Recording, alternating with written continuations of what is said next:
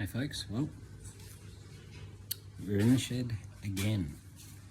Back after a hiatus, a break, and ready to work on the Supra again. If you want to come for the journey, well, stay tuned. So the sad state, and I'm almost embarrassed to show you, but we've left the Supra for a while now. So anyway, currently we've got something missing here. You know that singer, Jay-Z? Yeah, missing two of them. Missing two of them there. So yeah, it's been a while. So what I did was, first thing I did was tidy up this area here. So clean up all this and just put another coat of paint on it just to make it all good. That was about a month ago. I got into this, and then I sent the block away for a deck and the head to be decked and cleaned. So this is the deck and head. This is the head, which has been decked, and I've got new valve guides here. That was all checked straight and all good, and new valve guides and new power division cams. So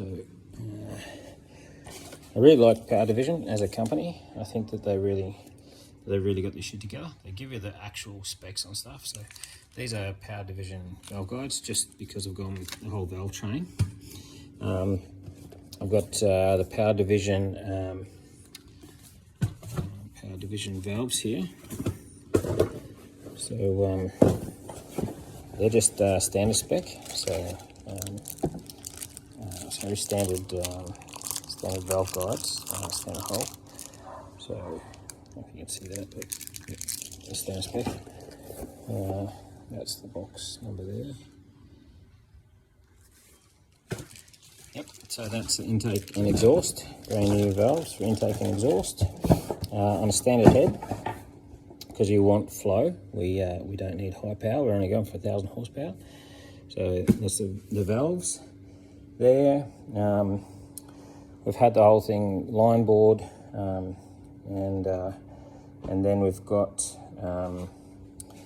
billet mains, because as you know, if you go over 750 horsepower with the 2J, it's just safer to do billet mains. They say 750 to 1,000 is where you're risky. 1,000 plus is you're really looking for trouble. So yeah, so that's us. And we got with the 1,000 horsepower build, we're going stage 2 Power Division cams. So yeah, so that's us. Wasco pistons. So we've got Wasco pistons here somewhere. Bear with me, I'm not quite ready for this. So Wasco pistons at 86.25 mil. And let me pull one out for you. They are beautiful pieces of machinery. They really are. So bear with my video. But that's her there with the gudgeon pin, 2JZ version.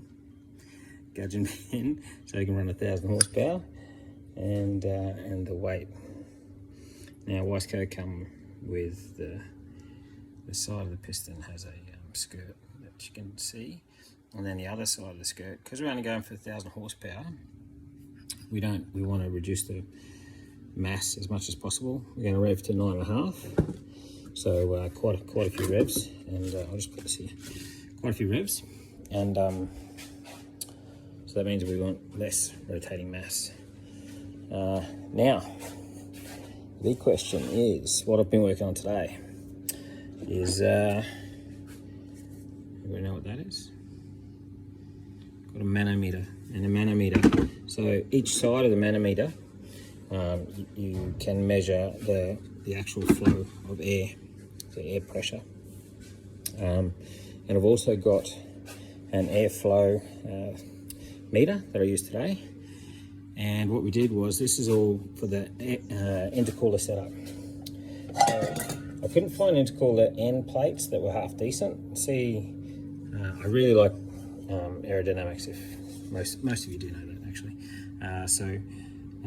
When you see the intake of the airflow, let me just put this down and try and jog around a bit.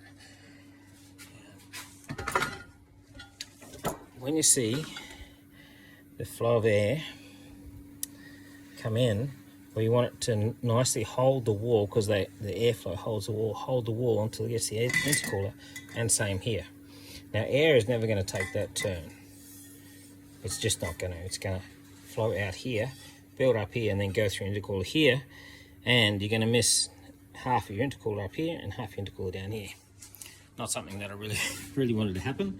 It seems that we've got a Garrett intercooler core, and you know they cost a fair punch of money. So if I'm going to buy a full Garrett intercooler core, then I'm going to use it all. So what we did was we put one of these ends on the end of the intercooler, taped it up, and then I had an airflow meter at different parts of the intercooler. Top,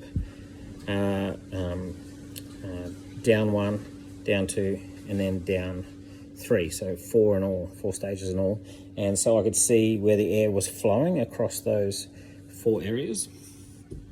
And then I did a cardboard mock-up inside this and divided the air. So some of the air would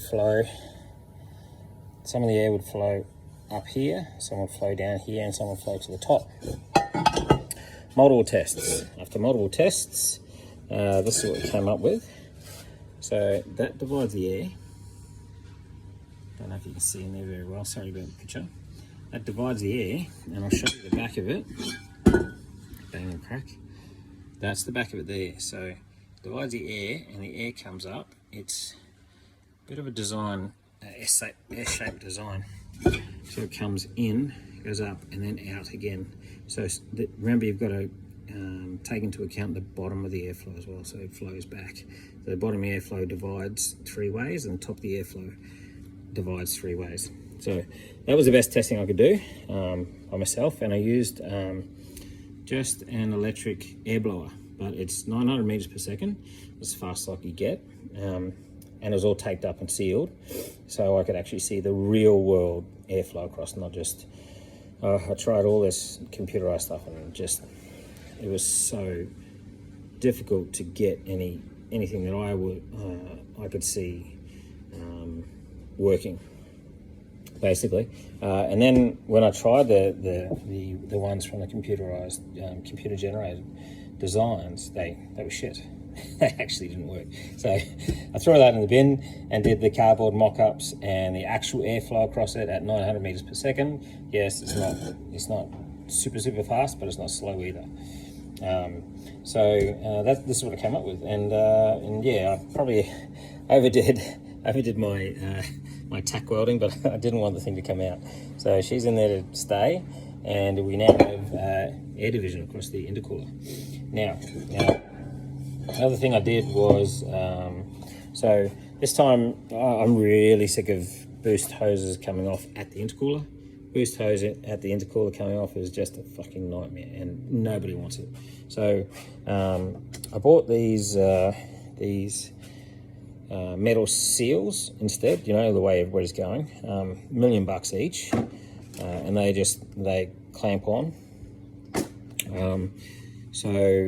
That's at the intercooler. At the other end, I won't bother, because silicon's really malleable and really easy to move around, and I can't justify the cost at the other end. But at this end, where you can't see and you want it definitely sealed, yes, I justify the cost, because I've had them blow, and then you're digging around underneath the car trying to find out if it's the intercooler seal or not.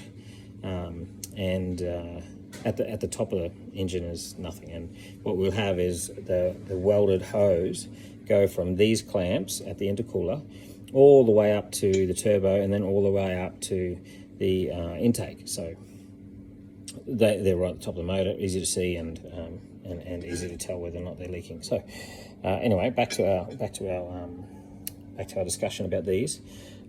So what we got is I had to make this fit. This is true 3-inch, and this is obviously true 3-inch, and so I had to make it fit. So I had to, I marked it off and made it smooth airflow going through. Not quite finished yet, as you can see, but I want smooth airflow from this division.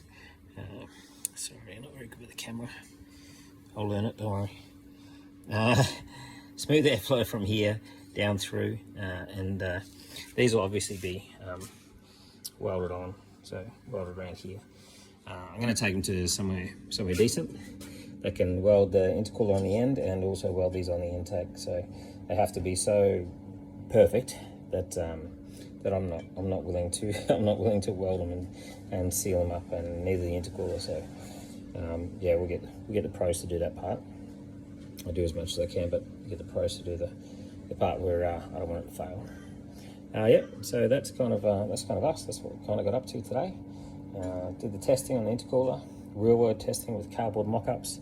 Then we moved to aluminium mock-ups, and I taped those in, and then the real thing, and clarified the real thing, and all that takes pretty much all day. It's a pain in the ass.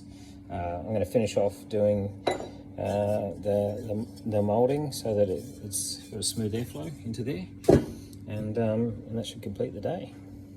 All right. Next thing we'll be doing is looking at the build of the head, the 2JZ head. So yeah, stay tuned next time. Look forward to seeing you again.